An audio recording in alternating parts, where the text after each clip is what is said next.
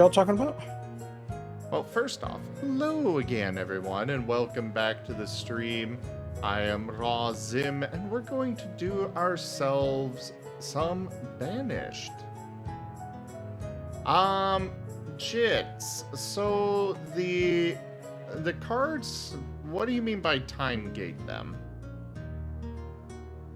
But I've already resumed the cards, so you guys can redeem the non-tabletop cards again. But yes, hello, hi to YouTube. Hi, YouTube. Hi, YouTube. I can put each individual card on cooldown, so you guys can only redeem the card. You know, you can only redeem each card once an hour, but I can't put a universal cooldown. Hey Razim, was teen_oil is sending you a hug. Thank you, Wostime. But I don't have the ability to be like, okay, we had a, we had one tabletop card played, say, Curse of Junk, so now nobody can play any other tabletop cards for 10 minutes or whatever. I can't do that. But I can make it, like, there's already set up. The Curse of Junk, I think, has an hour-long cooldown on it. I think so. I think that's what we said, but basically there's an hour between each time you can play a Curse of Junk. Honestly, I think I'm gonna have to increase the channel point cost for the free packs. It does feel like we are getting, like, I love the cards. I love having them very available, but at the same time, we also have I think there's a few too many out there that haven't actually been purchased. I'll be honest with him, I have like 35k. So that's a lot saved up. It should probably be worth more. I agree. I don't think I'm going to adjust the Sable Crown redemption because it's, I think it's good as it is.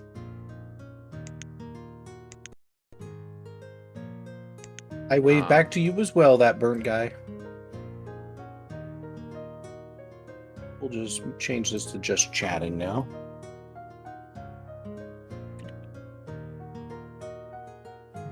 For the record, by the way, everybody, I'm still too lazy to bring up my avatar tonight, so throwing stuff at me tonight won't, you'll be wasting your points. Wait, you mean I can now waste my... It won't do anything, but you can do it if you want. You can redeem the drop something or glow sticks or whatever, it's just going to waste your points. Well, thank you for the head pats, Chris. And the egg jets. Jug. Too early? Yeah, you were too early, that burn guy, but we do have VOD, so if you want to watch the VOD later, you're more than welcome to. Be 2 to 4 hours of awesomeness. Oh, man. If it wasn't so late, or I guess early in the day, I've had more energy, I would really want to stream some Ascension right now, but Yeah. it would be better to play that with other people if I could get that set up, because bots are either too good or too bad. There's like no in between. Well, Stein, I have sent your packs. Further, I will be adjusting, when I'm done streaming tonight, I will be adjusting the cost of the free packs. So, the ones through the channel points. Better buy them all when you can. Yeah, get them tonight while you can. Because I will be increasing their cost quite a bit.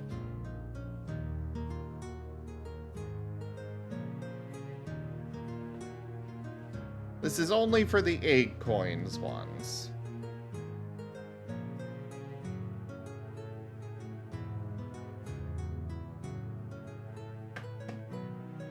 But yeah, let's go ahead and get this started up.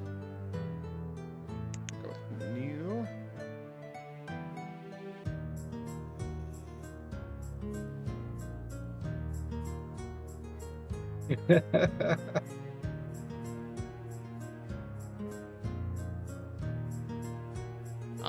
Let's see. Town name, Starlight. Town name Starlight. Well, sounds fun. You're building Starlight. Wait, what? We're gonna go with fair, disasters off. Or disasters. Medium starting conditions.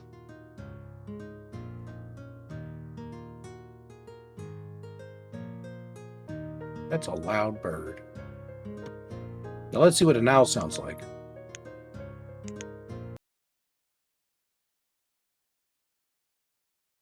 Okay, that's a falcon. So This is an owl, everyone.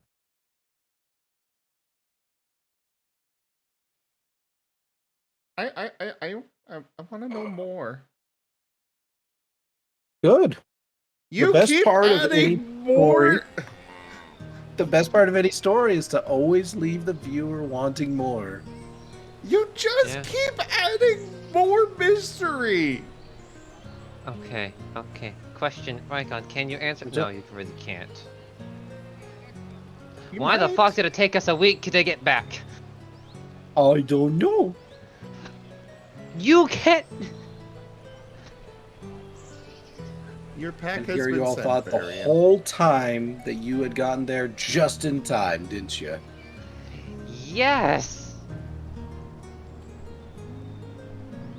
Okay, and I'll be honest. I should have asked about the whole fireworks thing About it. from Todd. Sent I you was landed. thinking of like pushing to ask for that, but I Well, didn't, and it's like I wouldn't. Sorry. Jet did. Oh. Nope, my bad. Yeah, Wolstein's Silent Owl Flight. Oh, it's so good. You didn't hear a thing. But yeah, I mean, everything was kind of hectic when you all came back, and they were just like, "Holy shit, you actually made it!" But of course, that "Holy shit, you actually made it" was more from the fact that, well, you came back at all, not necessarily that you came back in time. Remember when I had passed? Why do you think all the guild members were hurt? I'm beginning to think that these guys, the ones we just encountered tonight, I'm thinking that they preceded the rest of the Alabaster Gleam. Potentially.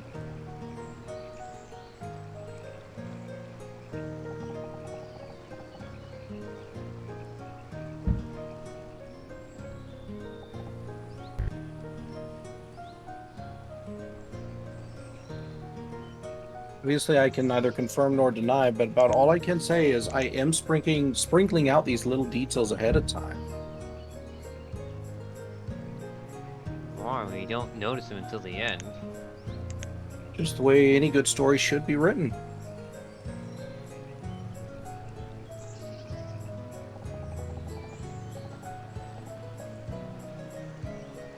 Excuse me.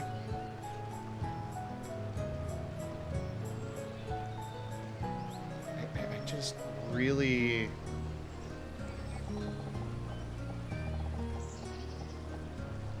Seda! Yes. Questions? Answers? Mysteries all around.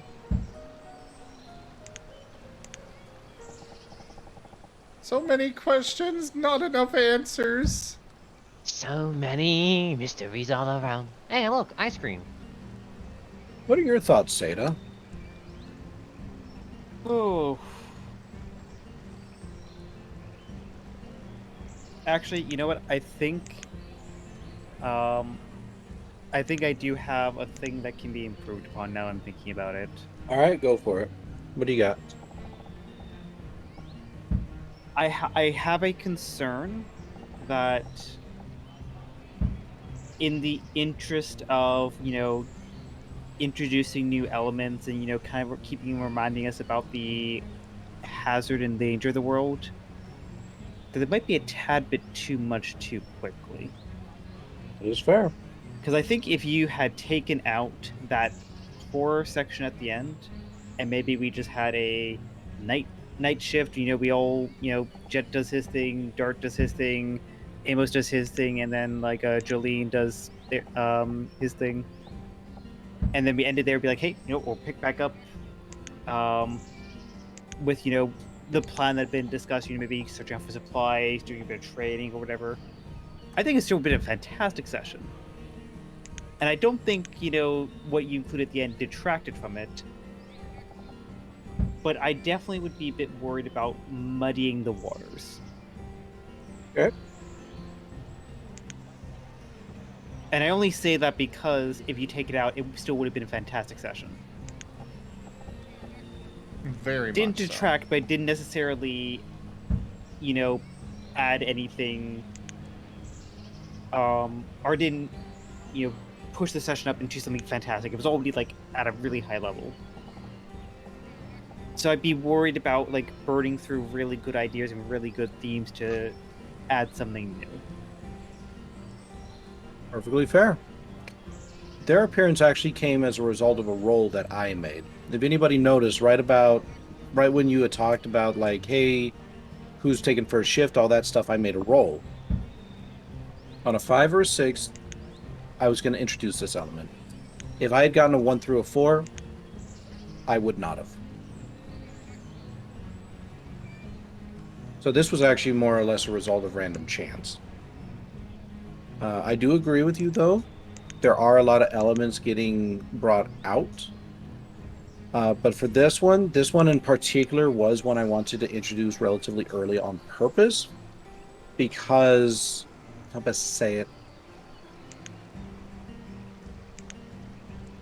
I wanted to encourage you all to understand the level that Alabaster Gleam is at.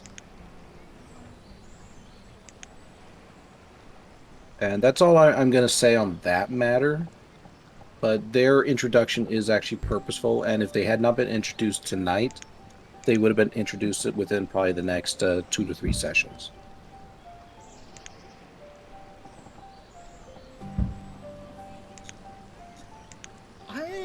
I can definitely see where Seda's coming from. Absolutely on that. Because, like, we are definitely getting a lot more questions than we are answers.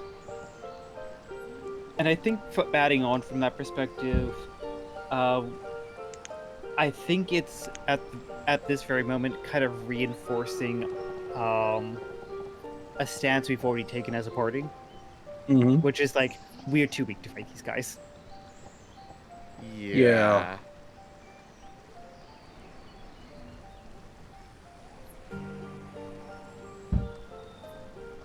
Which, it's fine, but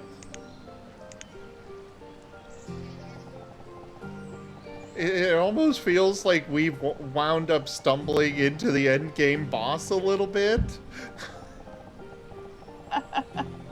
It also might be, how you fight the end game boss early on, as to show like this is what you're gonna be facing up against in some stories. This is true. Question I have to ask all of you: what makes you think these are endgame boss material? See, Well, I'm. Go ahead. My worry is that they're not anywhere near endgame boss material, and that you're going to throw something even worse at us when we get to the end game. But they definitely seem to be at decent boss material, not necessarily end game boss material. Yeah. Endgame is still endgame, and that won't be for quite a while. These fellows were introduced because I wanted to give you something for the area you were in. Just the city. Just this region. This is one region out of many. And this is one aspect of the cult out of at least 3 to 4. You know, not to mention any of the other organizations out there. I really want to know what was up with this group of the cultists. Like, I understand the one that took over the guild hall and stuff. Like, that one, straightforward. They're running a. They're just trying to milk the people for as much money as they can, as much money and resources. Straightforward. They're just scammers. But now you've introduced this other element that is genuinely terrifying. I'm just like, what? What?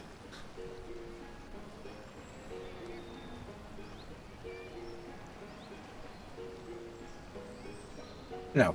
But I do apologize if the flow's not going too well. I will try to improve. I still very much 100% love this session.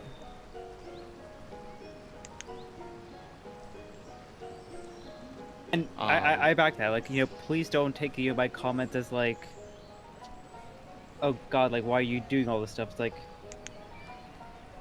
I just also don't want you to burn yourself out and like feel like you have to like introduce all these ideas at once. Because like, honestly, you could probably, you know, just go for the rest of the month with us just, you know, messing around the house, you know, going out exploring for supplies and, you know, occasionally just hitting each other with rocks.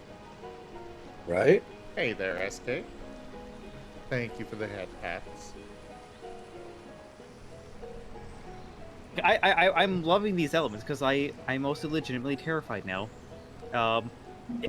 Even though I kind of was before.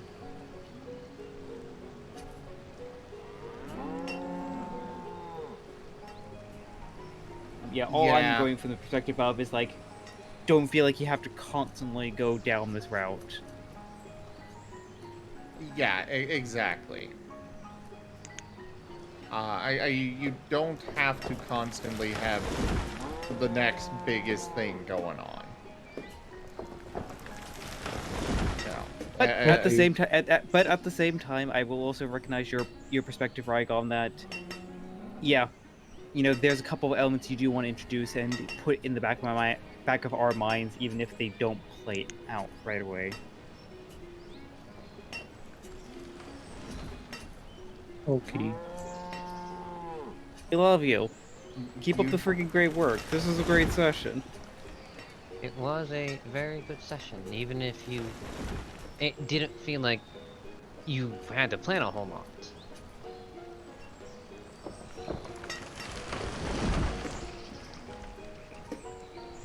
I really just hugely enjoyed this. Wosteen_oil says, Q to influence or card to up the ante. Right through the safety roof. I'm sorry, I missed it. Cue the influencer card to up the ante right through the safety roof. Oh, I know. The weather card, whew, goodness knows what you all will be getting from that. Today, we got God Rays, which was placed within the description of the procession. God rays? Wait, what?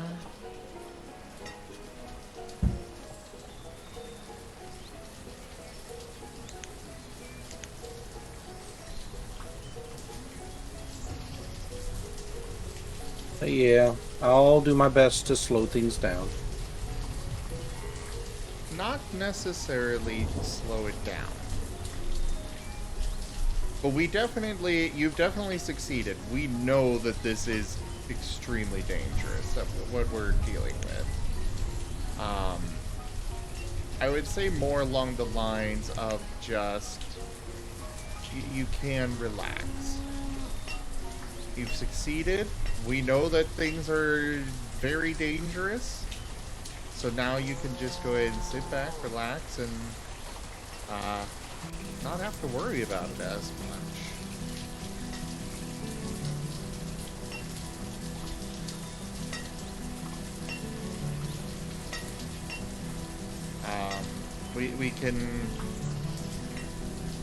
We can definitely take some relaxing. You know, we're gonna be on edge for a while. Very alert for sure. Yeah. I'm ready for that beach episode now. I'm ready to face my fears, guys.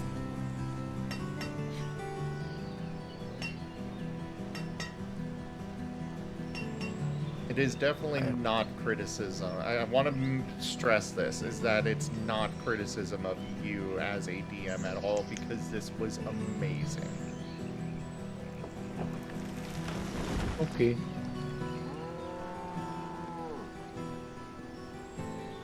Well, I love chatting with y'all. I love hanging out, but I'm gonna head to sleep because I'm starting to doze. Sounds So, good. well. You go and get on out of here and have yourself a good rest. Yeah. I'll see y'all later, and I will be lurking in your streams. So, Take care. Peace. bye bye.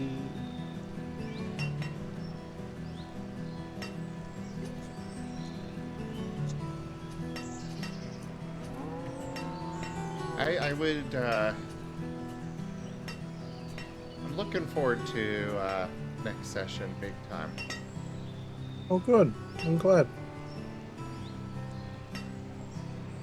I'm definitely looking forward to Dart and Jet's, conversation.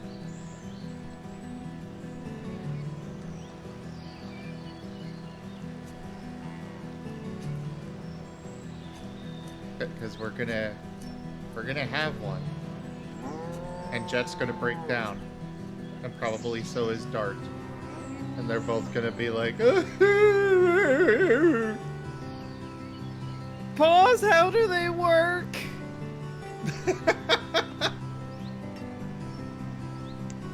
That's the thing you're worried about, huh? Jet's just over here dead. But pause. That's what you're worried about. I see.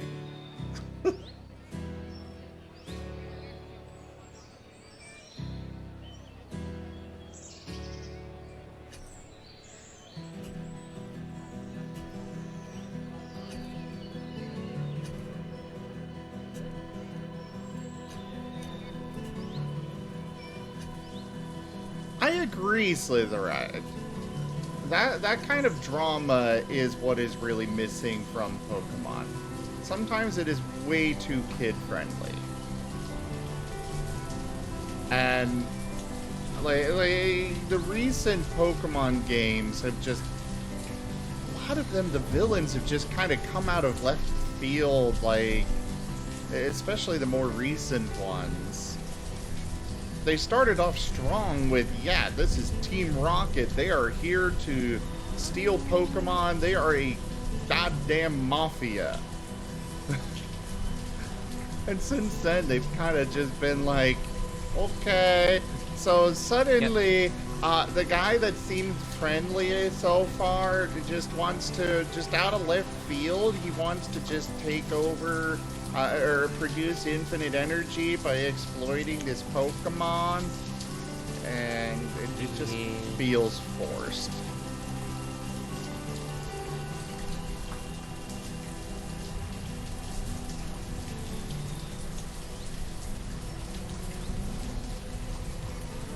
Yeah, I second that. Like, they have great ideas, but the writing could have been vastly improved.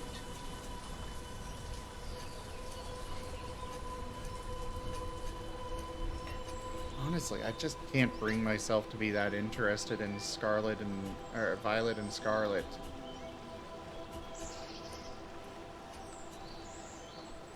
It doesn't.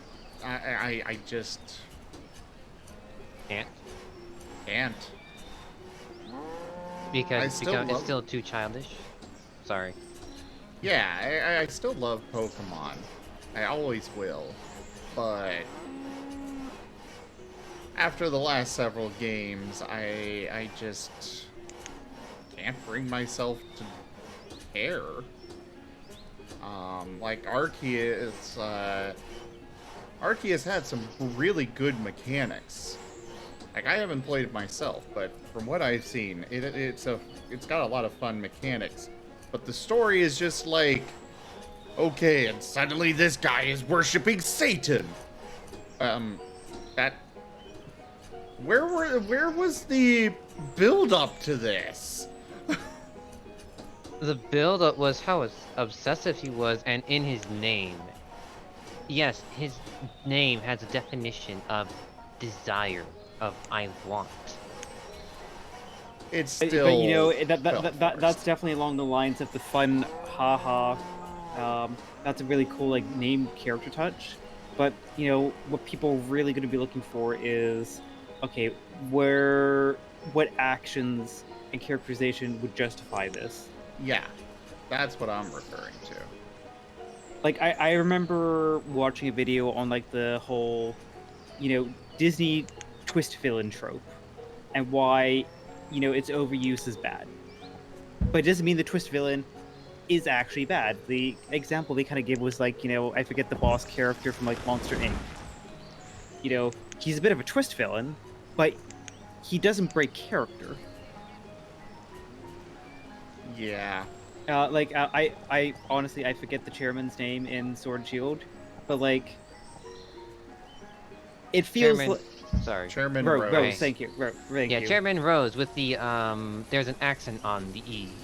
Yeah, it's like Chairman Rose as a character idea and as a story idea is not bad.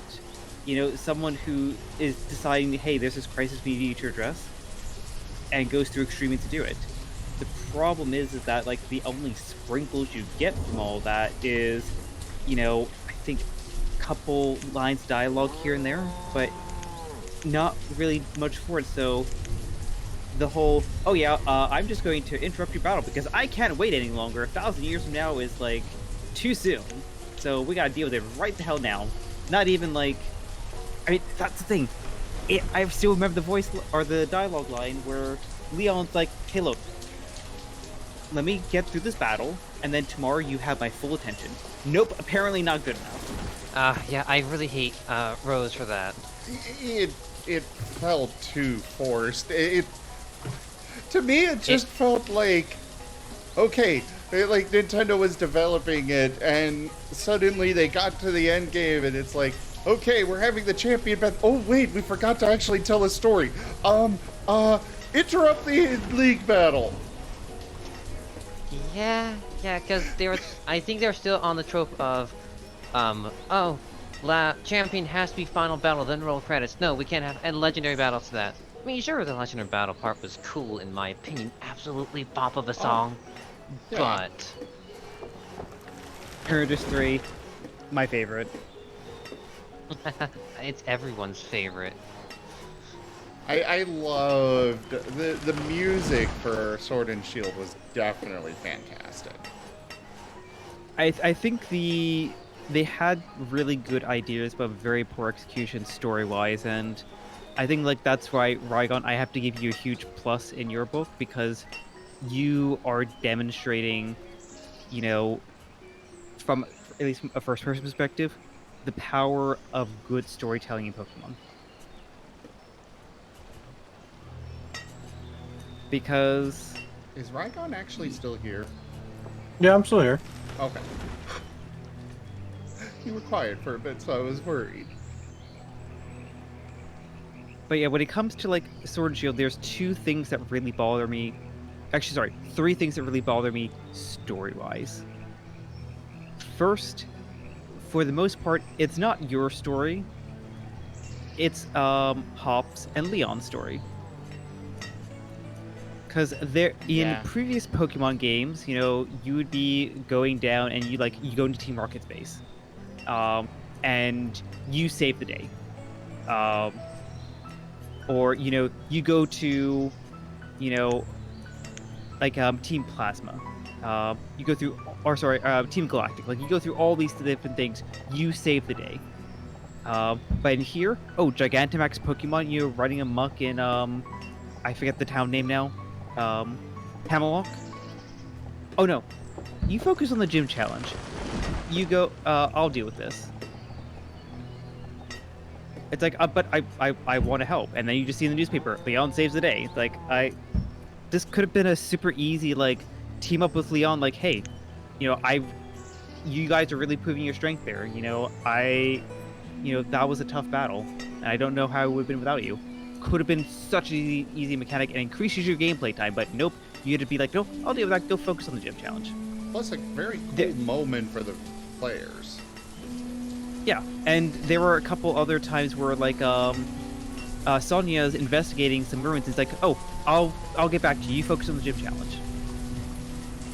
And don't get me wrong, they nailed the feel of the gym in this generation. Like, hands down, I'm going to miss the big stadium feel of Sword and Shield gym battles. Like those are amazing. And the music for it. Holy crap. I love the crowd sound effect. It's like every time it's like, oh, it's hard. I'm getting it's not like, tingles just thinking of it. They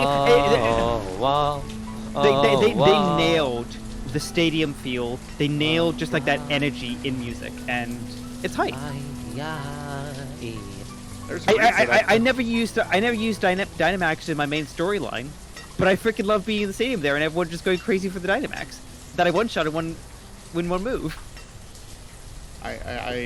There's a reason I've got 3 remixes of the Pokemon gym battle.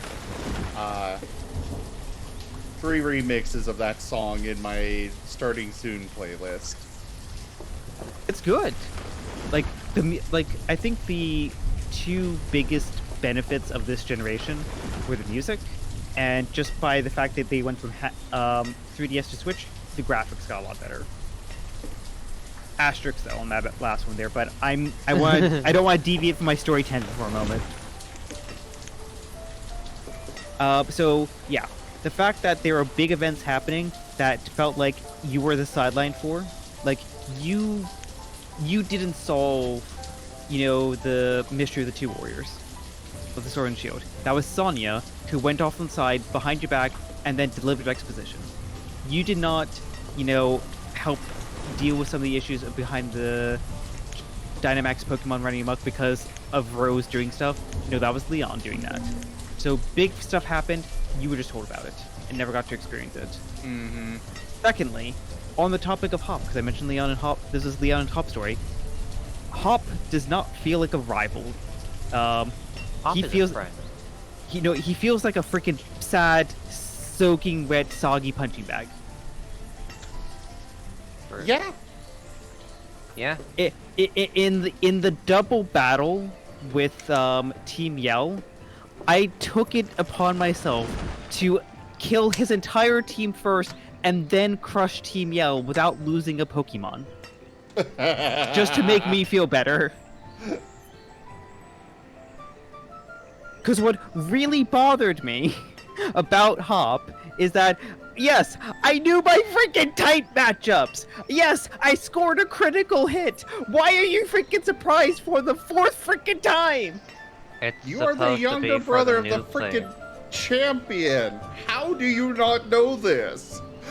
Why did it take, why did you be super optimistic every freaking time that I creamed your ass without losing a Pokemon, but it took one off-screen battle with freaking Beanie for you to actually have some self-doubt that you're a good Pokemon trainer? I'm sorry, I've been keeping a lot of this bottled up for a while. And the thing is, Hop was very much a wasted opportunity because they actually had a really good story arc for him because, he started off basically living in his brother's shadow and he basically had it upon himself that, I'm the next champion. My brother's a champion, I'm going to be the next champion.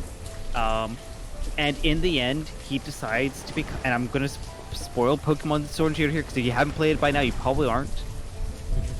But in the end, he decides to become a Pokemon researcher.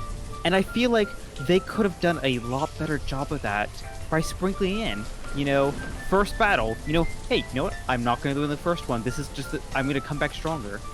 And then start sprinkling a slow bit of doubt. Like, the tone changes a little bit here and there. So by the time you get to that fourth, fifth battle, he's actually having doubts about him being a good trainer.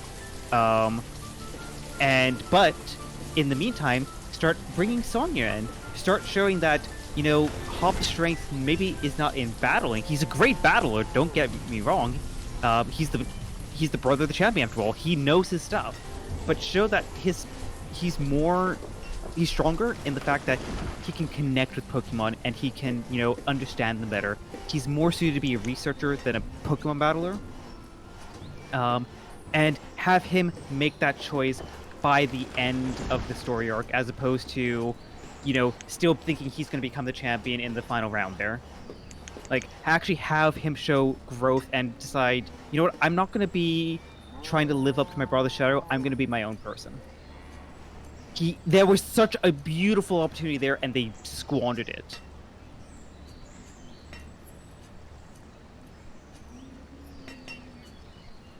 They definitely did. Yeah. And then on the third topic, Chairman Rose. Team Yell was an interesting idea where, they're more of a nuisance, which, to be honest, most of the time the evil teams are, if they're not directly involved. So Team Yell just kind of being like the nuisance there was actually pretty refreshing. I kind of liked it. But the fact that they replaced the evil team with one person who got very poor writing. He got very poor writing, and his protectors, or whatever you want to call them, the freaking whatever company grunts they were. It's like we had only one adventure through a evil hideout, and even then it was just an elevator ride up to the top in like 3 battles. I feel like I may be wrong, but if I'm correct, there was to be plans for some base to go through, because there was a unused song that sounded like some factory and such. But I might be wrong. I don't know on that front, but honestly, that last part, the music was good. No, sorry. I feel like Team Yell felt a bit better than Team Skull, at least. Team Skull was just an absolute joke. Of course, that was, what they were meant to be, but Yeah. But back at Chairman Rose, the fact that, it seemed like, hey, he's running the league and, he's a busy man, and, raising some of these concerns about, hey, there's an energy crisis coming, and the fact that that one scene in the Rose Tower was, I'd love to see more art like that for the storytelling elements. I haven't really seen that since, Gen 5, in Pokemon, Black and White. But yeah, the fact that, the whole energy crisis thing also doesn't really get a lot of forefront. It would have been really nice if they sprinkled in an odd blackout here and there. Maybe, the Dynamax Pokemon sucked up, caused a blackout. The energy is not secure. Have an event for him that triggers something that should be, 1,000 years to the future, being actually, wait, did we get this wrong? Is it happening, right now? Do we need to take drastic action? He very much went from, chairman, with some concerns to, I am just going to cause the apocalypse, for the betterment of everyone, because you all didn't listen to me. And apparently, all of his subordinates, Oleander and all the grunts down below, are perfectly okay with it. Because they care about him and they think it's a good idea. Because, like, the fact that, like, the elevator ride for the boss battle, was basically, oh, yeah, no, Chairman's busy right now. It's like, excuse me, I am the challenger to the champion, and I'm trying to find the champion. So, back off, please.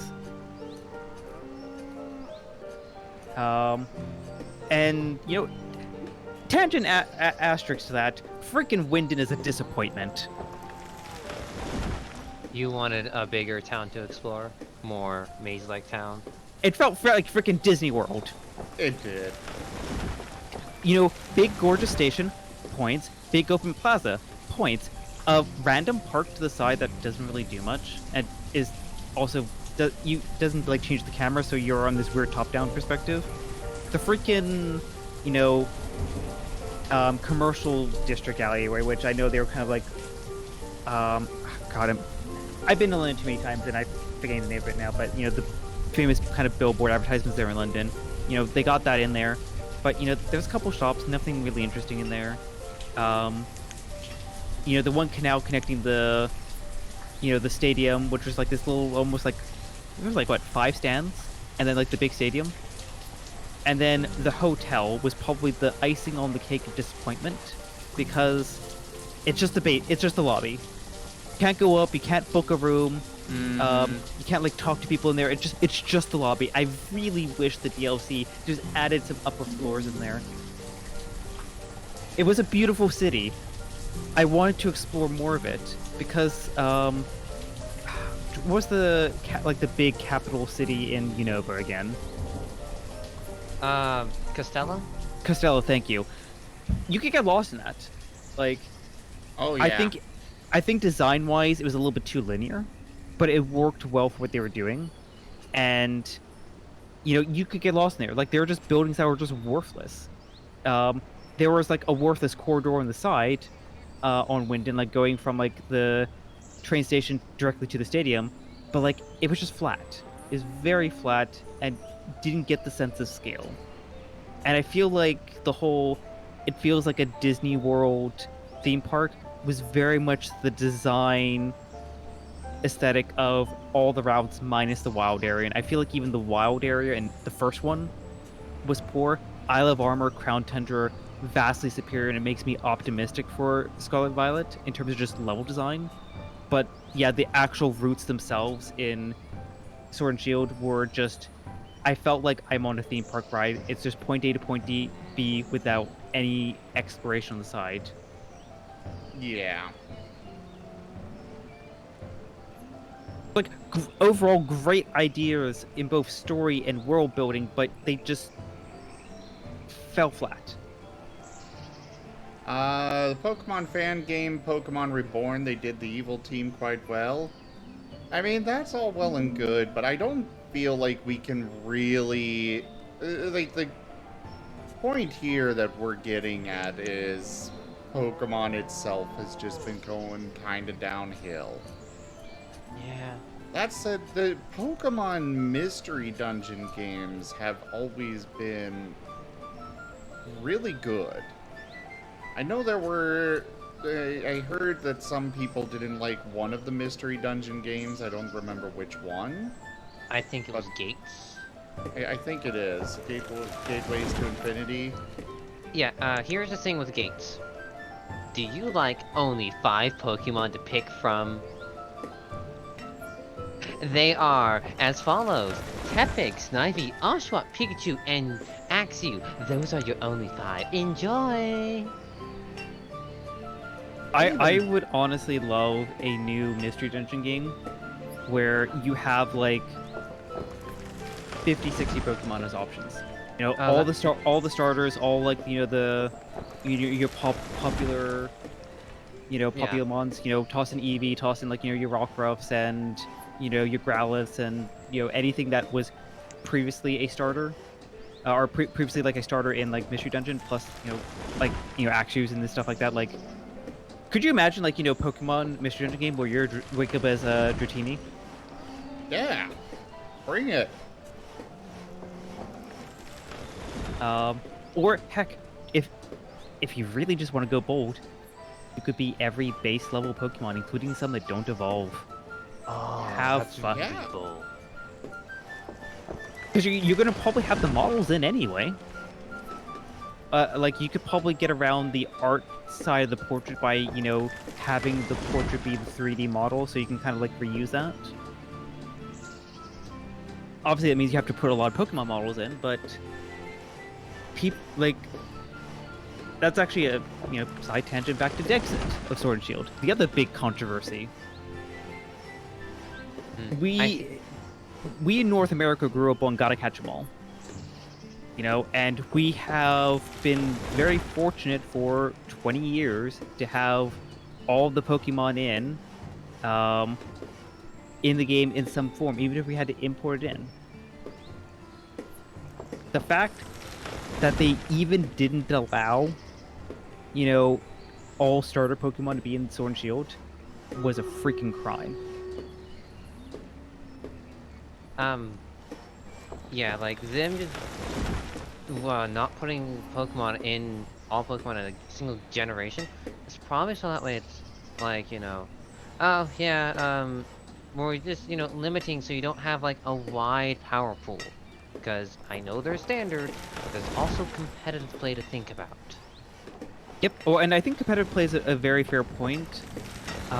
My perspective is, at the very least, they didn't allow all starter Pokemon.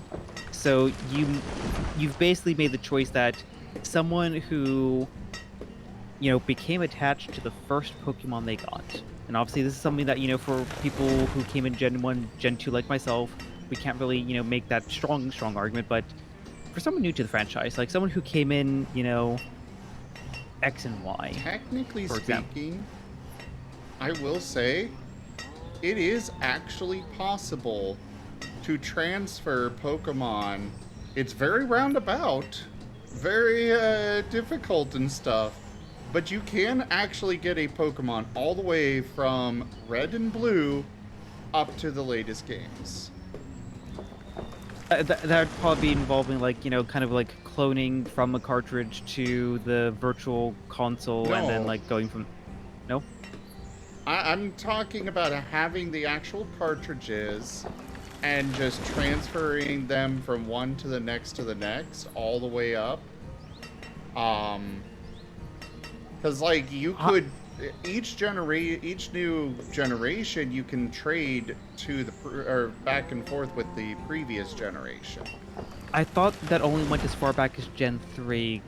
As far as I'm aware, it works on all gens. Yeah, I was pretty sure the furthest you can only go back is Gen 3, but that's a bit of a tangent. I am right. Yeah. Granted, I know finding you the can- hardware to actually pull that off is tricky, but Yeah. Fair. But anyway, back to my main point. Someone who's, like, relatively new to the franchise, like, let's say came in X and Y for the 3DS. And so, the first Pokemon is Furry. They cannot take that Greninja into Sword and Shield. Even with Pokemon Home or anything like that, Pokemon Company and Game Freak have basically, or primarily Game Freak, have said, yeah, no, you can't bring your starter mon. Your very first Pokemon, nope, can't bring it. And I think, Dexit aside, I can, maybe forgive, them cutting, Pokemon here and there, but I feel like the starter Pokemon themselves is kind of, that's unforgivable. And I think that speaks to the larger problem of the franchise, is that they're losing sight of, what people really care about it. And I feel like, since, we have, we're going to have 1,000 Mons by the introduction of Gen 9, I'm pretty sure. And, yeah, could you imagine a world filled with, 1,000 Pokemon? How rich all those areas to explore. You could probably go to the same forest and find 20 different Mons. what I would give like, especially nowadays, it's getting even more, and it's just getting more and more unrealistic. But I would still give so much for a game to give us all the regions.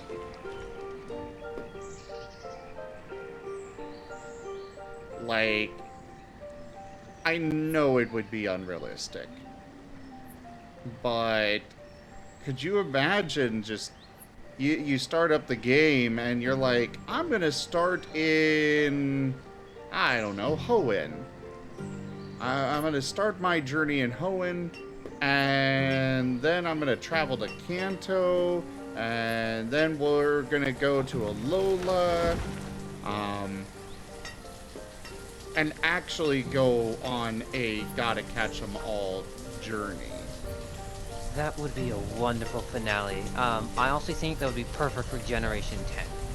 Like, a Gen 10 game would be perfect for that. Honestly, what I would Whack-A-Mole. You've never played an actual Pokemon game ever? Interesting. You were saying, Seda?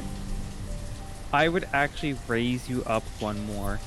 I feel like what would be beautiful for a big, large-scale Pokemon game is if you had different elements. Because there's, I'd say, you know, 3-4 core elements that would be really interesting in a Pokemon game. First is the battling, which I'm kind of sad that it doesn't seem like the agile, you know, whatever heavy style Legends Arceus is coming back. 'Cause I feel like that was actually a really interesting twist on the formula. Because, you know, it's the battle's the same formula. You know, they constantly have to introduce like, these new gimmicks and toss other gimmicks out just to keep it fresh. Like, I think like that one was a really good one.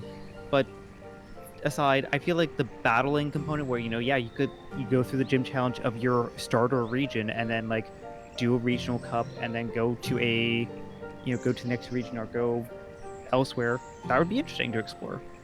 Yeah. Pokemon contests are another one that have been on and off, and I think could be very interesting. You know, hey, I don't want to go battle, but I want to capture Pokemon. And I want to go into Pokemon contests. Perfectly valid, you know, path to go down. You know, you're not going to limit yourself by regions because all the regions will host Pokemon contests, and you go through a different, less battle focus, but more of a put on a show focus.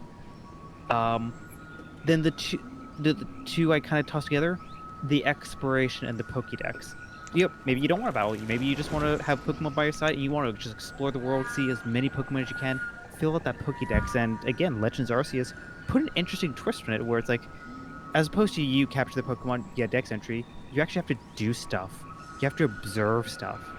And like, you take that gameplay loop there, you now have 3 really interesting gameplay loops that you can tie into a massive, you know, truly open world, explore every region Pokemon game.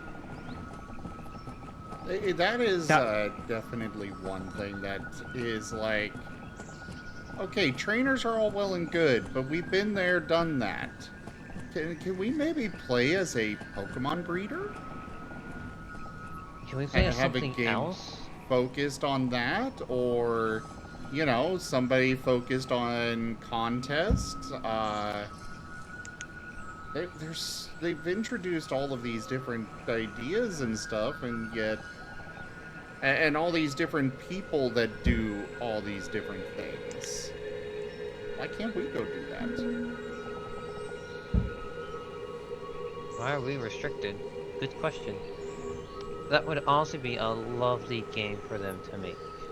And unfortunately, Pokemon is stuck on the agenda of release a game once per year.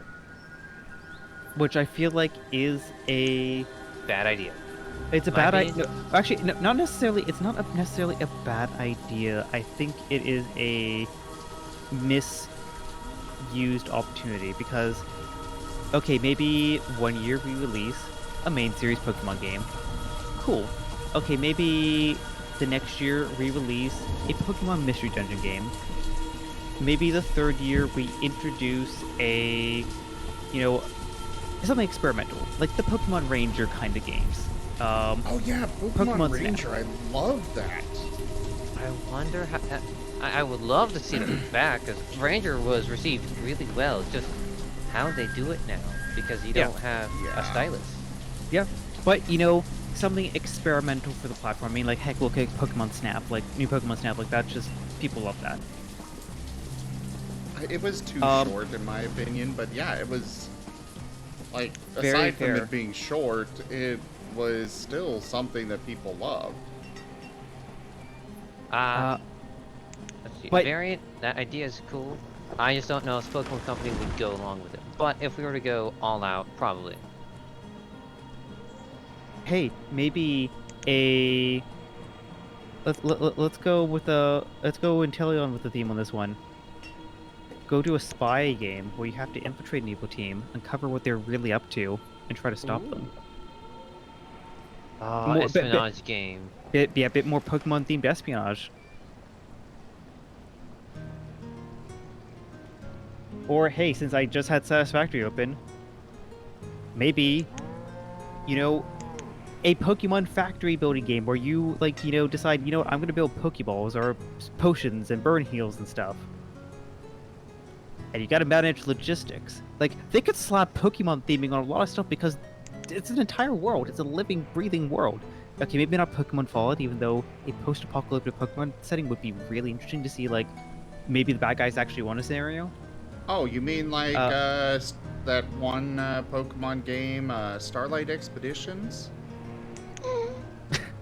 Spoilers. But yeah, main series, like a Mystery Dungeon spin-off, and then something experimental. Like that way, you could release a main series Pokemon game every 3 years, and it's freaking polished.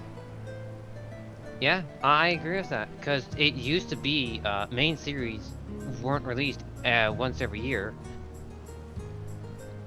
You had the main series released, and then like a year or two down the road, you had the quote-unquote definitive edition of it released, like your platinums and your emeralds and stuff. Yeah, those were released like, almost a year later or something. Typically 2 years, actually. I do need to say, guys, we're not talking like. I know there's a lot of fan games out there. Those don't really count for what we're talking about, though. Especially since, like, in theory, Game Freak and the Pokemon Company Nintendo could just, like, immediately swing the ban hammer and be like, nope, this is our IP. You're infringing upon that.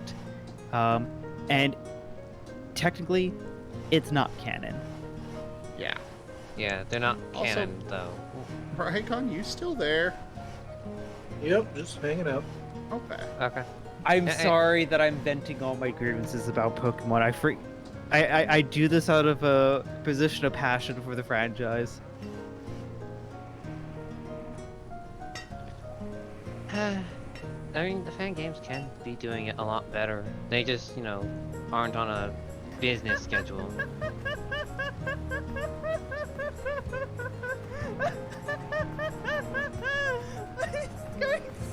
Is Seda always with an exclamation part for you? I love physics. Yeah, I think Confusion. Zoro's just gonna always play that. There is one thing that is an absolute crime, though, that Pokemon has committed. Gen Go 1, on. they introduced the concept of people being turned into Pokemon. And they have done nothing with that. At least in the They mainline actually haven't. games. Okay. In mainlines. If you count Arceus as mainline, there's actually a reference of it.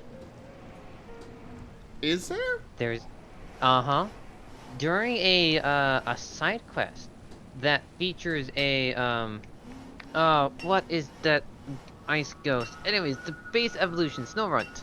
There's a Snowrunt that is holding a journal that relates to an old man, or a deceased man from the past. But that's the thing is, like, the man became the Pokemon or something like that. Or yeah, Frostlass. Thank you. Okay, that's just Pokemon dating humans and such, and taking on. My bad. But But what Sorry. about like Digimon Frontiers, except Pokemon? Digimon Frontiers. I've never heard of it. Digimon Frontiers was the really interesting episode where the Digidestined actually became the Season. Digimon themselves. Yeah. Sorry, thank you, Season. Digimon Frontiers was the Digimon. They basically all the Digidestined actually became Digimon instead of just they Discount Pokemon. Yeah. Even though that's not a fair thing to say about Digimon because they do some really cool stuff, but like as opposed to like following a similar idea where you have the human who helps the monster become a better fighter, they just became the Digimon themselves, which is a really cool concept. Yes, Emerald, I am new. I am confusion, and I hate water.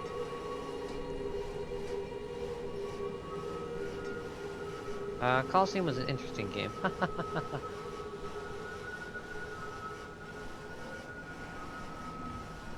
But I mean, actually, yeah, like Coliseum is another example. Like, you could Good have game. that in that experimental cycle, a Coliseum style game.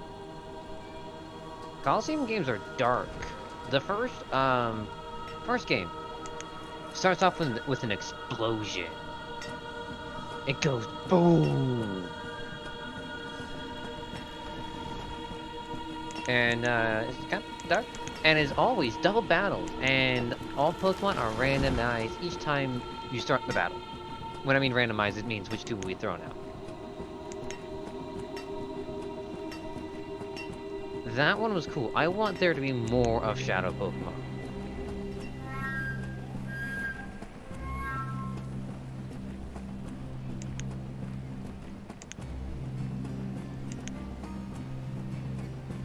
Yeah, I agree. That's kind of one of the, like, to me, Pokemon is getting to the point where it's falling into the same trap that Digimon has been in, where they just cannot seem to settle on anything, any idea at all.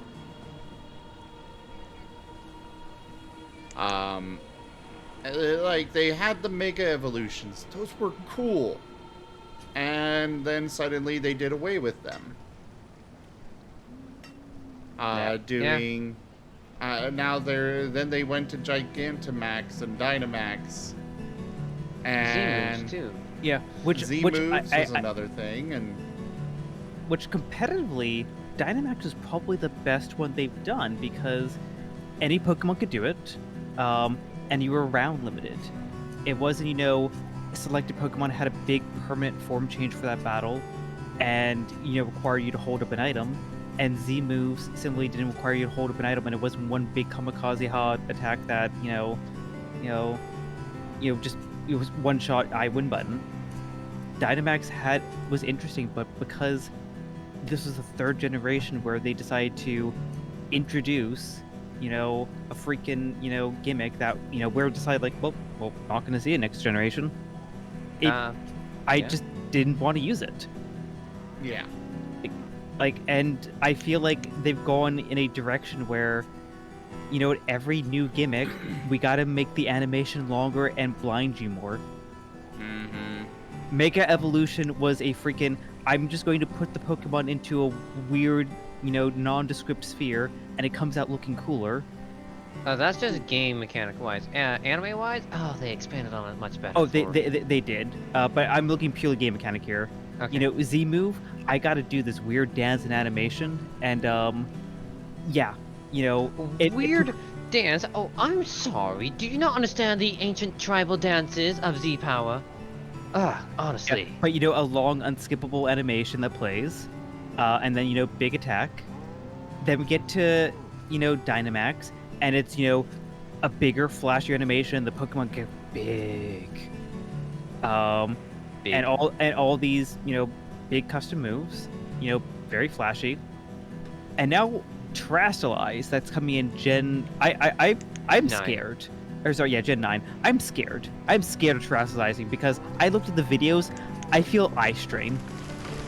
They decided to like turn the particle effects up to freaking 11.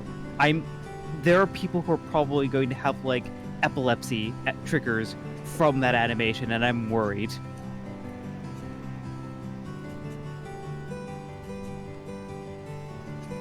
Also, are you speaking, Zim? Because I'm seeing your mic light up. No, I'm not. Okay. But you know, terrestrialize. I like the idea is interesting. Like, don't get me wrong, it's an interesting idea, but like, big, flashy, and we're not going to see it in Gen 10. It's like it's hard to get hyped about it, unlike where Mega Evolutions were, you know, sprinkled in throughout the release to X and Y, and then we got it again in Omega Ruby, Alpha Sapphire. That's No, because technically we didn't get it in that. Instead, they called it, what was it? I don't remember, but technically it wasn't Mega Evolution. No. You were thinking just Primal Groudon and Primal Kyogre, but we did get new Mega Evolutions in that game. Oh, okay. Primal Reversion is what it was called. And Yeah. it's just for those 2 Pokemon only. Yeah, because I mean, like, even Rayquaza was Mega Rayquaza. But, you know, but they kept the gimmick around. They kept Mega Evolutions around in Gen 7. That was post-game only, though. Post-game only, which is fair. It's fair, Which but is they fine. didn't remove it. Which is fair. Gen 8, they never had it. It was just Dynamax only. Which meant we lost these cool, awesome forms like Mega Charizard X. Yes. Okay. Can I say something right now? Stop giving Charizard all the love, please. Thank you. Gen 9, your first special terrestrialized raid battle, is a motherfucking Charizard. I mean, look, let's backtrack here. So, in Gen 6, Mega Evolutions, we got Mega Charizard X and Y, which X, like, you know, fantastic. You finally gave Charizard the freaking Dragon type. Where's Mega Venusaur, Mega Blastoise X and Y? The only other Pokemon you gave an X and Y Mega Evolution to was freaking Mewtwo. We go over to Gen 8. The Galar's champion signature Pokemon is not from the Galar region. It's just bloody Charizard because bloody fucking Charizard. And it took the expansion, or actually technically it took a special event to celebrate like the 25 years, but it took a freaking expansion for Bulbasaur and Squirtle to be added to Sword and Shield's Pokédex.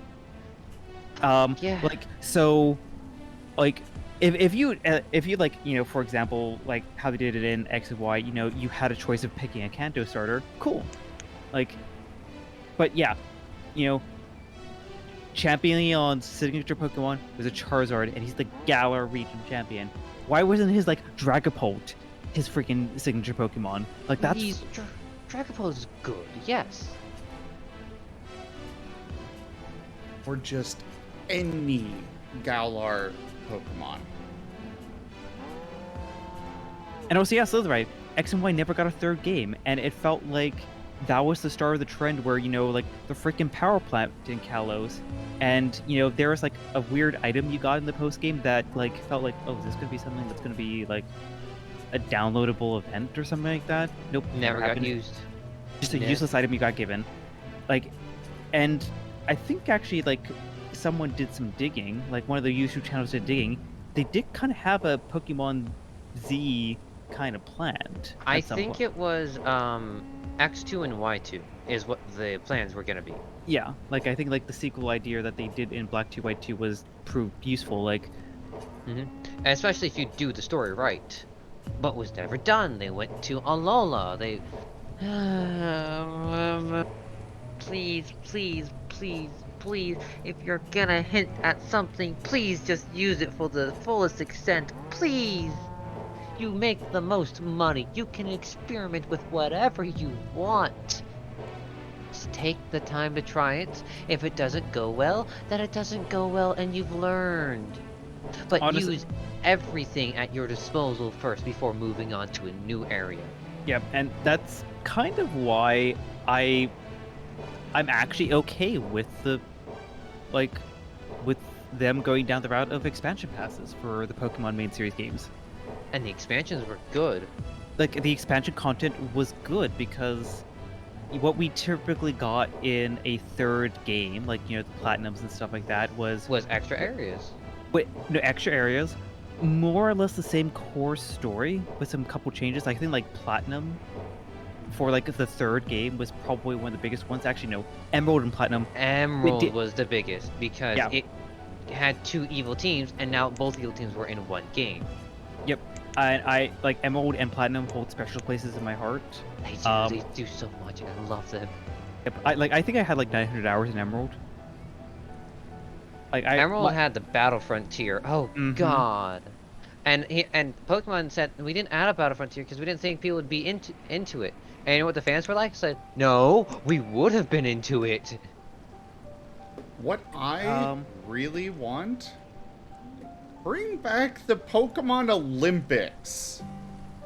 Oh, that was cool. I love playing that on an Yeah. emulator. I'm like, damn, I want to play this with my friends, but I fucking can't.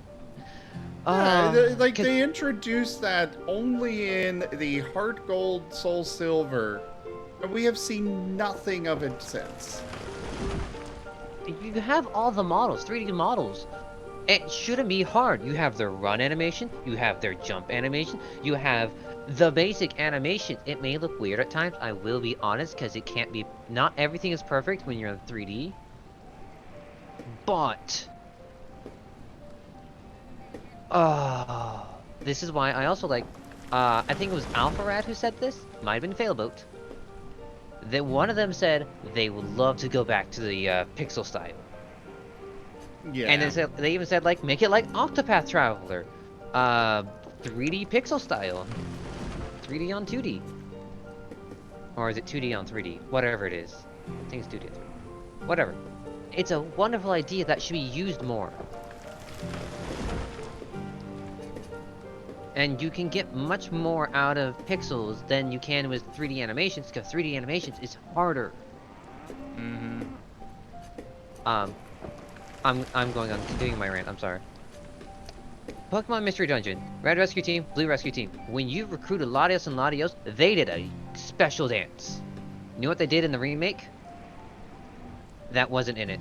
And I'm fucking sad. Because I love Latios and Latios. I do too. Like, Latios is my favorite legendary Pokemon, and there's a reason why there's a reason why I've done, you know, I have like a third Latios TF in work to know. Oh, you have a Latios TF? Oh, I would love to have a Latios TF at some point, I'll be honest. One Latios of them's a Poltoy Latios. What? Poltoy Latios. I'm sorry. I know you're repeating this for the third time. What?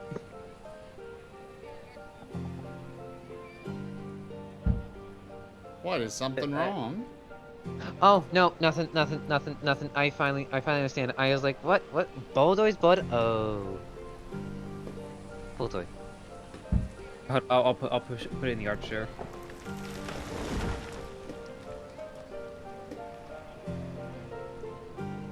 Yeah, we did bring up the Shadow Pokemon, Slitherite. That's another concept that they've done nothing with. But it was actually really intriguing.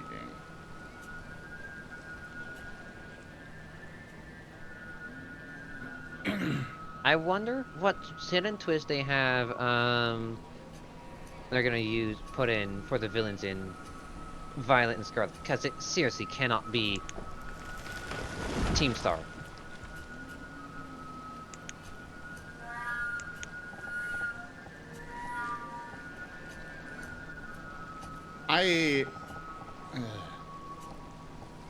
I have honestly not even glanced at Pokemon Violet and Scarlet.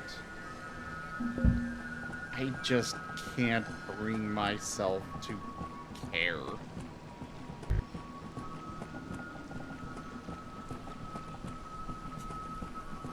I will always be a big Pokemon fan, but I just...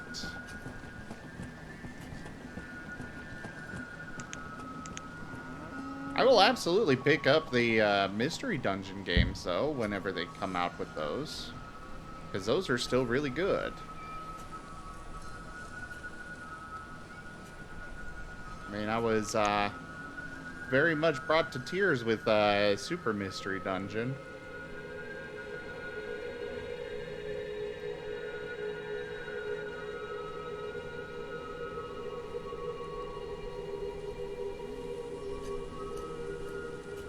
Yeah, I've heard about that Slitherite, and that I don't think I like that. It's interesting, I'll be honest.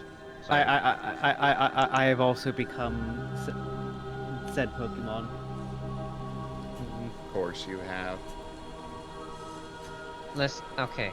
When I first saw the legendaries, I'm like, okay, I like the red one more than the Protogen. They're bikes. Wait, what? Okay. Okay. Yeah, I'm pretty sure I have the first Miraidon TF on the internet. Everyone, like, you know, like freaking Koraidon, so snuck in there on the day one. Koraidon is a future one, right? Koraidon's the past one, Miraidon's the future one. Ah. Okay.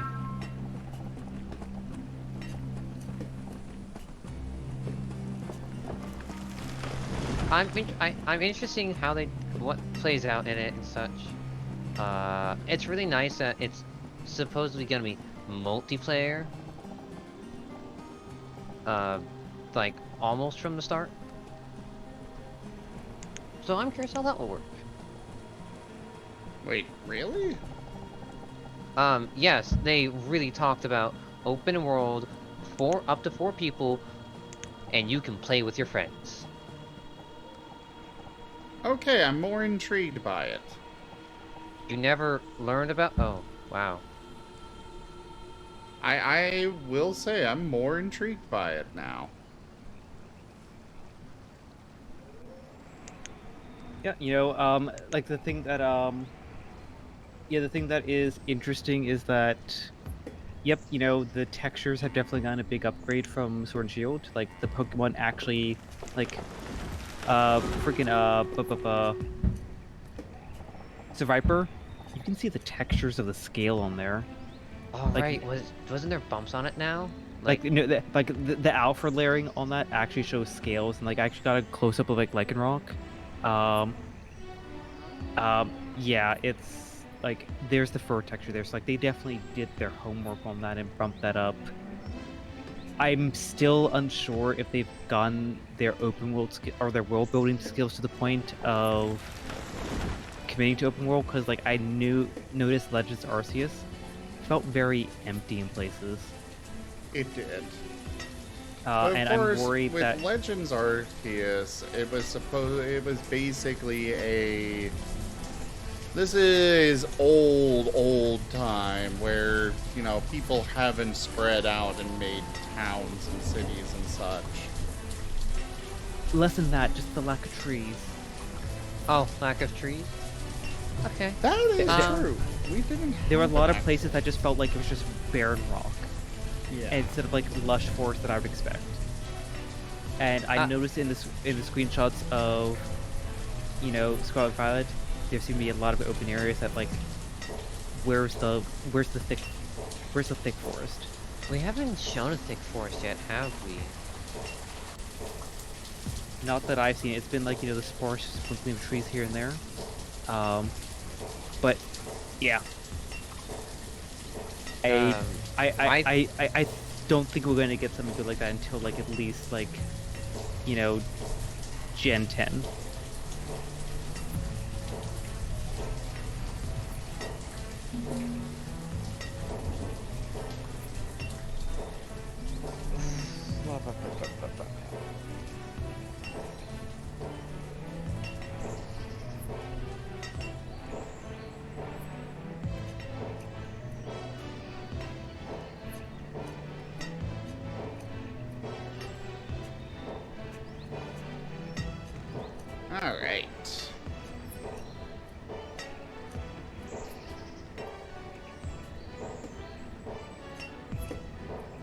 you people finish this up, please?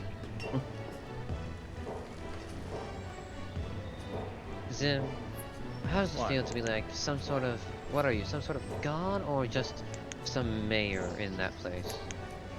Curious. How do you see yourself in this situation?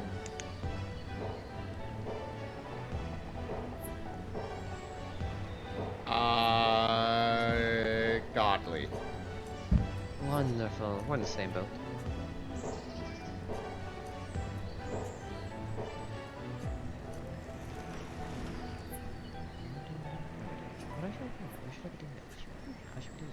Oh yeah, so we're walking cage back in my day. We were only 150 Pokemon. I mean, look, back in my day, like I haven't thrown it out. I still have the original blue Game Boy Color and the blue, or a copy of Pokemon Blue that I got from like my 5th or 6th birthday. Because obviously I forget which year it was that I got that. I'm just gonna say 6, but like, yeah, best birthday ever at the time. But like, stop for a moment and realize, yeah, we got Pokemon Gold and Silver. The astonishing sequel that can never really be topped. Yeah. Where you got a new region, 100 new Pokemon, and then you beat the game.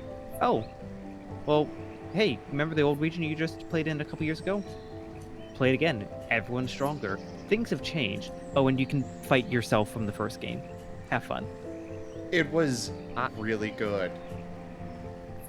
And they haven't done it since. Yep. Like, imagine if, for example, in the expansion for Sword and Shield, they decided, hey, you know, UK, the inspiration for the Galar region is, you know, and Kalos got its inspiration from France. What if you could just go to the Kalos region for the expansion of Sword and Shield? Take the freaking Channel Tunnel to the Kalos. That would have been cool. Honestly, Yeah. I think one of the biggest things that they don't do this, like, oh, it'd be too much to program. Like, no. No. AAA games, other AAA games have done stuff like this. So, it's more or less a take your time and build this game. Like, I feel like 3 years is a pretty reasonable development cycle, at least from like the early concepting to release, because like Game Freak is a very small development studio and they have like a 2-team approach. You could have, you know, you have one team that focuses on like starting to concept the game, getting the world design stuff laid out, and the second team that works on the expansion content. So, you know, you can still have like, you know, an expansion to support the main series game in between development cycles. I think 3 years is not too unreasonable for how they have been intending to pump them out. If they only focus on that and continue to like let the other 2 main releases, like the spin-offs and the experimental, be an external studio. If they focus purely on that, I think that is that's doable for what they've been demonstrating. But I would feel like they need to get away from trying to release every year unless they give some spacing. Yeah. It's hurting them. It very much is. Because like I would rather take a great Pokemon game every 4 or 5 years that has like, you know, 1 or 2 major expansion releases to them than a subpar Pokemon game every 2 years. Agreed.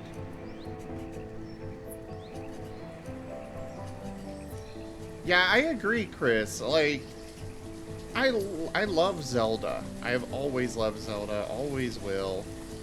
Oh, well, I guess I can't say that. Who knows what they might do in the future with it, but, like, the Zelda franchise, they take their time with it. They make sure that when they release a new game in that series, it is good. Yeah. And like even Mario, you know, the main head honcho of Nintendo mascots, he doesn't even get as many games as Pokemon does. Here is where I think Pokemon struggles a bit, and I think that they should just take a step back and not worry about it. They have a competitive side, and they always want to keep evolving with it. My opinion, my idea, no. Just put a game out, and the game stays like that for a while. Don't worry about,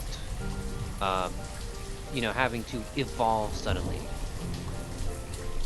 With my idea, like, my idea for the big game with every region and stuff, release it in, like, they could absolutely just release it in regions.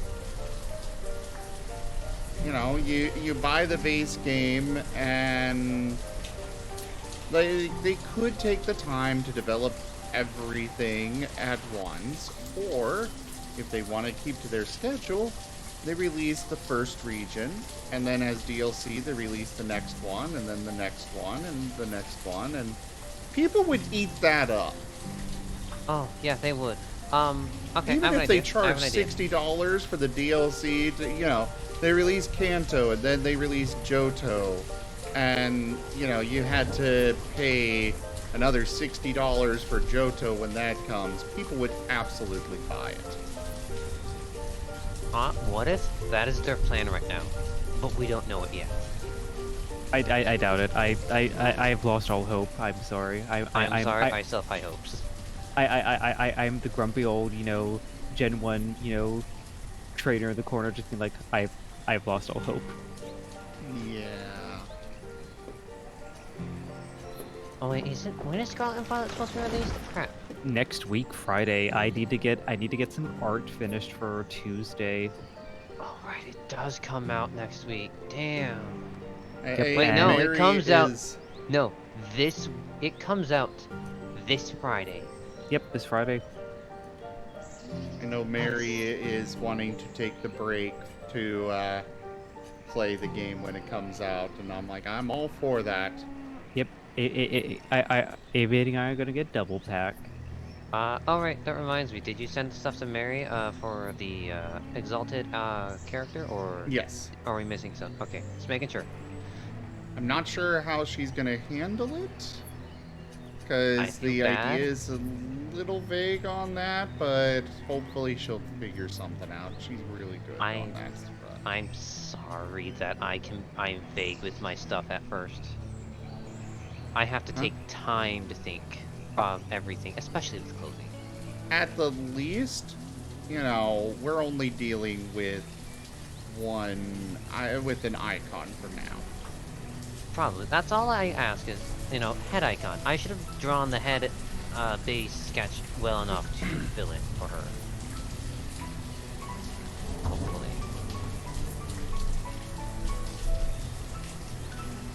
And yeah, Slitherite, I would love a Pokemon MMO. I know they're not gonna do it. I still remember that one meme or that one like comic, I forget, like it was like Awkward Zombie or something like that, where it was like, it all started, you know, the day they announced Pokemon MMO, and then just everyone just abandoned, you know, doing actual like important day-to-day duties, just play Pokemon MMO, and like society collapsed. I mean, look at what happened with Pokemon Go. Yeah, That thing Pokemon had Go was- basically nothing to it, and yet everybody was all over it. And you know what? I feel like that is something that, again, Pokemon is missing. You know, I was introduced to the Pokemon franchise when I was like, 5 or 6. And, just grew up with it. And, nearly lost the train after Gen 2, but then, I saw, Pokemon Sapphire? Oh my goodness, I love this game. I want to play it. you know, just seeing in the store when I'm like was on vacation. It's like get that there, and then like I was on the train, I was hooked, and you know, hey, now here I am, 25 years later, still invested into the franchise. Look, I'm a rock gruff now.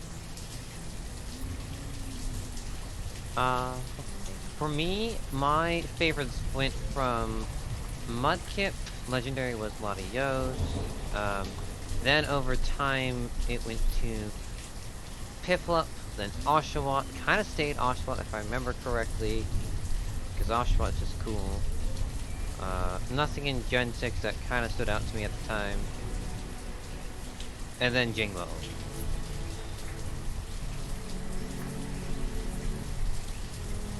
But the main point I was trying to get at is that, like, you know, Pokemon Go demonstrated that there are people who are purely nostalgic for Pokemon. Like, you have a wide generation, or wide population there that, you know, are in their 20s, 30s, and sometimes 40s, and they will still play Pokemon games. You know, give us, like, treat us with respect. Because we have the money to happily shell out for your $60 game and your $250 console. And if we don't, we will figure out how to. Give us a game that doesn't treat us like we're 5-year-olds again. Wearable, I was rather in the same boat myself. I had very limited access to video games growing up.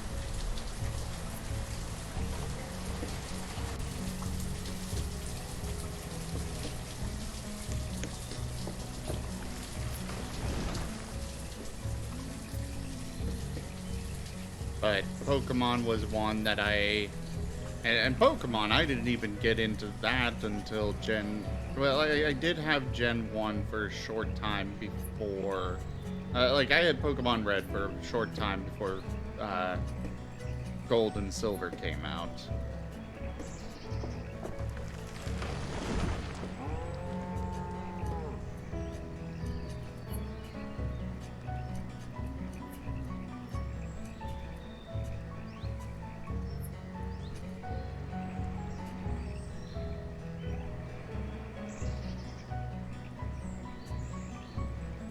Actually, speaking of Pokemon Emerald, there's one concept I've seen that I really want to do just for the fun of it. Loading zone randomizer. Oh, I actually... do I have that downloaded still? But either way, It looks that... so much fun. It looks so much fun, and I Loading plan zone on... randomizer? So basically, every time you enter like a building, you go to a loading zone and it loads the new mini map. Map randomizer. Yeah. Randomizer might be better to say. Yeah, fair. Map randomizer. So basically, you walk into the professor's house and you are now facing champion Cynthia. Oh! Steven in this case. Wallace and Emerald. Yep. But long story short, that is kind of what it is. I had a stream idea for that. I never did it. I'm upset at myself. I have too, and it's something that's still like on my like board there. Like, yep, I want to do this at some point because it just sounds like a lot of fun because It does. because there's a challenge of like the challenge for that one is you have to still beat the game in the right order. You still have to battle your first gym leader and go second, third in the right order, and then beat the champion.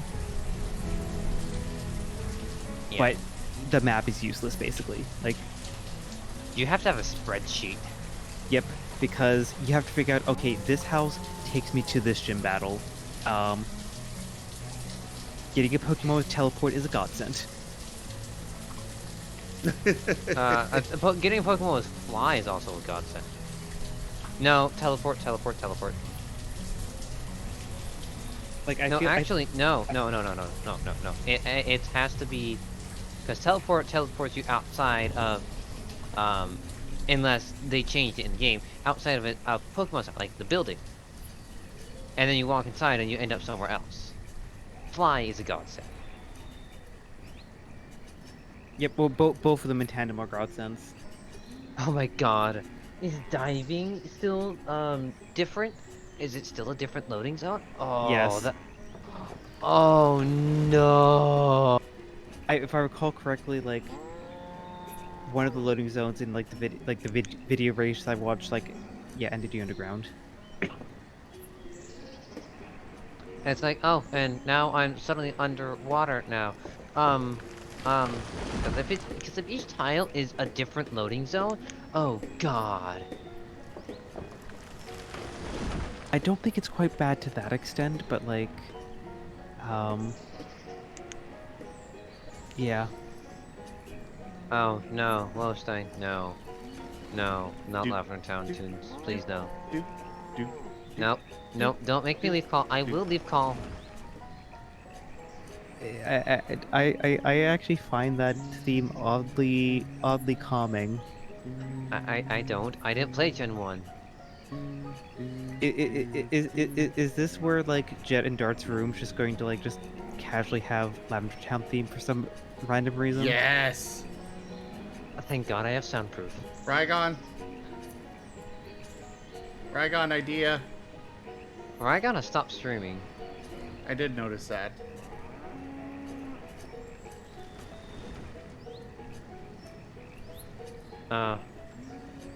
I think Ninetales fell asleep. You know, I think you're right. I think you did. Can I want to use it, the wonderful fluff when I want to get tired. Maybe. Put him to sleep with the Pokemon rants. Me to sleep with the Pokemon rants? Rygon to sleep. Oh, we're gonna sleep with Pokemon rants? Okay, fair. We finally got the DM. They finally got the DM. And guys, Nah. look, he's sleeping so peacefully. You can now touch the tails without getting that, curse. Wonderful! Right?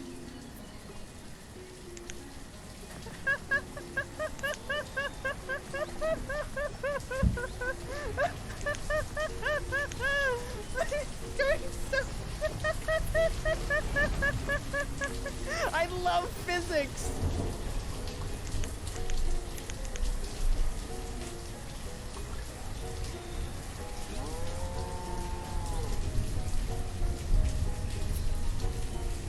What do you mean, what's funny?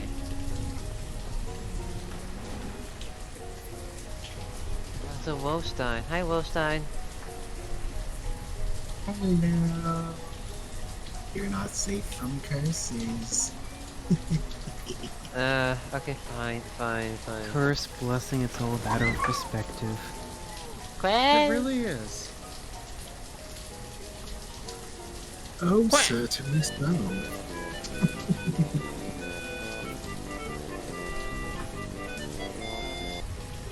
Man, don't you remember the one game where there's a Chocobo minigame where if you beat it, you could learn to speak Chocobo, and then there's Ozma there!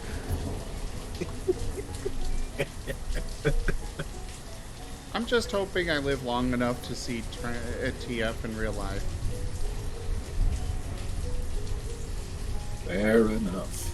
Honestly, that's been one of my things that constantly come across my mind. Like, what if I were sudden to change? It's a fun daydream exercise. It is. It's like, how fast would you change? How would it feel? Would it be painful? Would it be painless? Would it happen while you're sleeping, while you're awake? What happens if you have wings and you sleep on your back? Oh, that'd be painful. What about tail? Tail becomes numb. What if And you the- became snake? And the post-TF, or were you the only one? Were there others? How do you function in society? How do you adjust? How do you do this? It reminds me of My Hero Academia and the first generation of super special powers. How society was still trying to change stuff. It feels like it might end up being something like that, but it makes me wonder. So, unfortunately, I do have to stop the conversation here. It's 6:23 in the morning, and I really need to get some rest. You But can go Seda- ahead and get your sleep. Rygon, thank you so much again for the session. You lovely beings, thank you so much for the wonderful conversation and letting me rant. I'm very passionate about Pokemon. You and me both. A lot of us are. Rygon fell asleep. No, I'm not asleep. Oh, now you're awake. Welcome back. I'm just here. So Seda, you all have a wonderful night.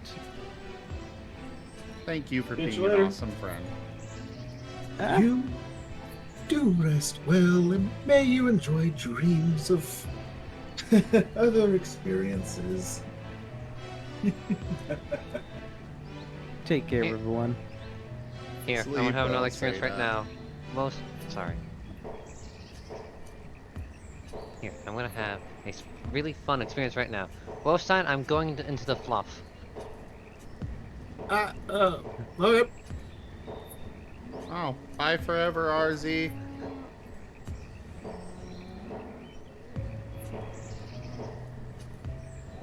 Well, I'm sure Karma will drag him out later. Oh my gosh, it's amazing. How much do you have in here?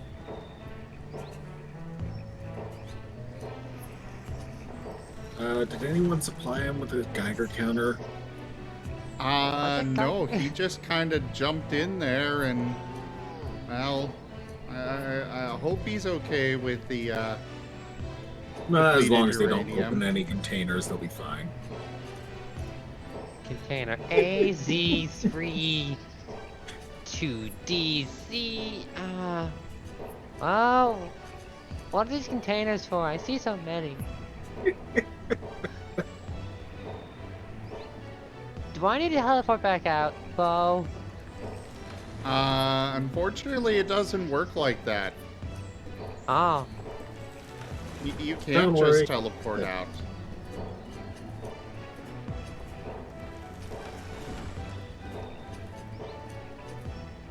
see? This is called you live and learn. Living on the edge of tomorrow. Oh crap. My village. It's suffering. We need food. I'm Our pretty sure there's people- plenty of food in this fluff. Sorry. People are taking forever just to go pick up some. They're taking forever to pick up blocks of iron and take it all back. It's like, just move it out so I can plant. Why is nobody working this field? Maybe if I make them plant potatoes. Potato.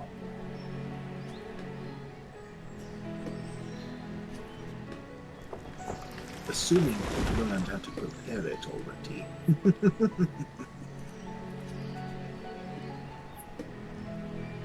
After all, I'm certainly no fan of raw potato.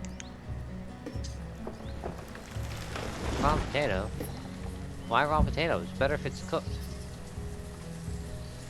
Well, exactly. But, I'm horribly curious at times, and also a touch lazy. Did not work out well. Oh. Owl. Pat, pat, pat, pat, pat.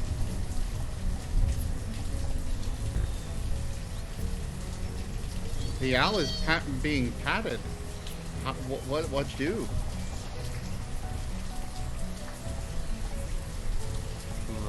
Just pat because.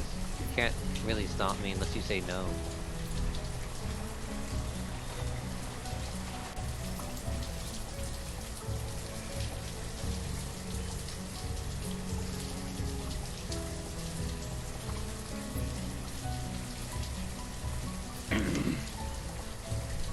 You're really thinking hard on this cemetery.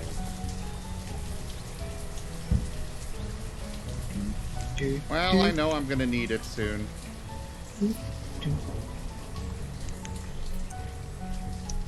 Fine, you can turn up Lavender Town music. Do, do, do, do, do, do. Find the point where I should leave before I get it stuck in my head. Do, do, do, Do, do, do, And good night do. No! to you, Jet. Yes. No! Yes. I have another session to do. What did I do wrong?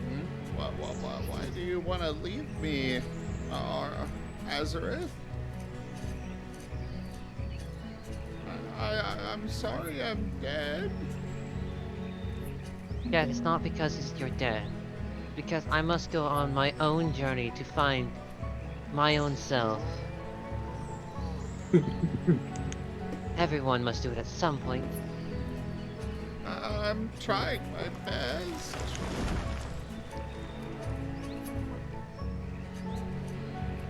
Jolene, you won't leave me because I'm dead, will you? I'm going on a spiritual journey. I'll be back within a week. Maybe a month. Bye! Oh, oh. Oh.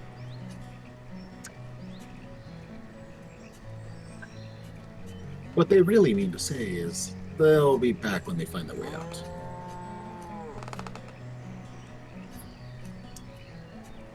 Or karma drives them out. They seem to be alright with things.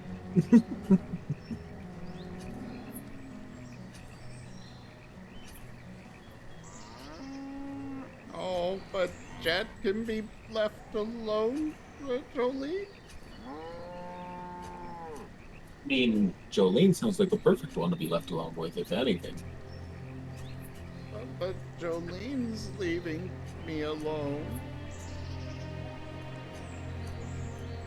Oh. Well then.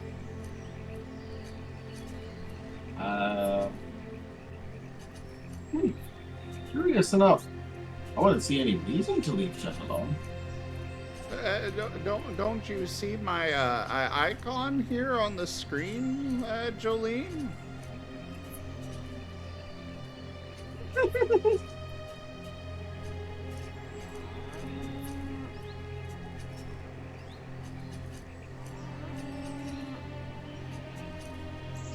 Well, at least Jet has one friend. Since Azareth and Dart have abandoned him, and so has Amos.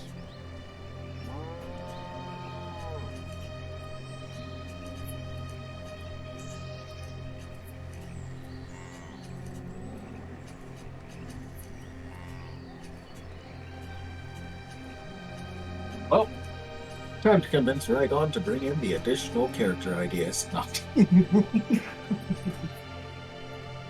We have like a dozen people that want to get in on this campaign if we have any openings. Oh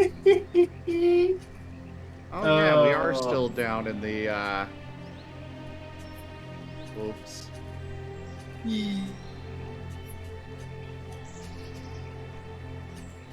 Could have pointed that out, Spirit. I forgot.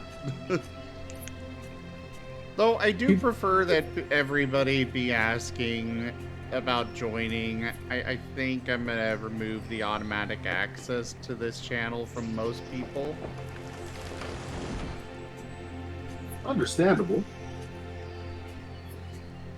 I just keep forgetting about it, and also the fact that you all invited me in by saying you were all free of curses. Granted, Just that was 'cause- the others, but still. Oh, it looks like it broke my icons. Oh, Well, I'm gonna be ending here soon anyways. I'm mostly just waiting for Stream Raiders to be done.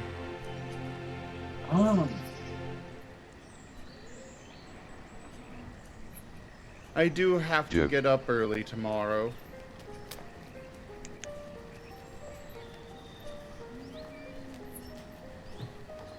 Oh, everybody is starving.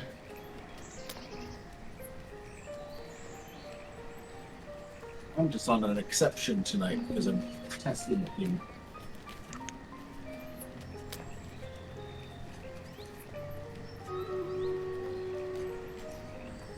And as a result, I'm available here to do for anything that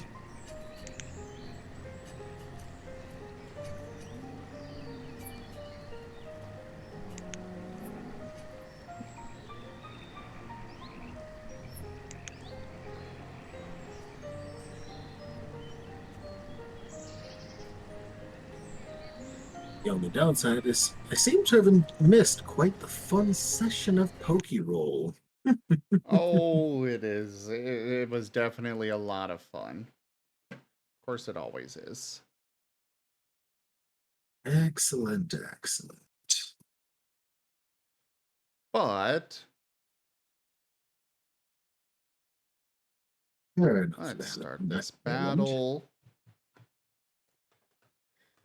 I think I'm going to be declaring this particular town as dead. At All this right, point, turn it over to the husks. everyone's going to be dying of starvation because they wouldn't just get the frickin' field cleared and plant the crops. If they had just planted the field, we would have been fine.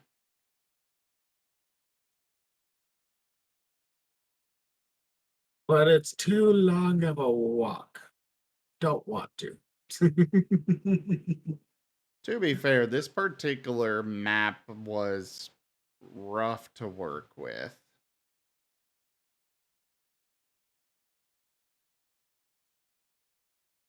I'm laughing if it's just a bug in the code somewhere where a pathway registered is impassable. That might be it. Pathfinding broke. Send help. Help got lost. You shall have to find out, Zorro. But thank you, everybody, for joining me today for Banished as well as the other streams throughout today. Check out our website, zgfgaming.com. We've got links for our Discord, Telegram, Twitter, Patreon, and more there on our website, as well as down in the description below through our link tree. Thank you to my patrons, donators, and subscribers. It is because of your support that I'm able to continue bringing these streams to you all. I really cannot do this without your guys' help and support, so thank you. Consider becoming a patron over at patreon.com/zgfgaming. It's one of the best ways to support the channel, though you can also do so by simply sharing the stream around, as well as picking up packs of cards through Streamloots. But for now, thank you all so much for joining, and I bid you the most fondest adieu. Have a fantastic night, everyone.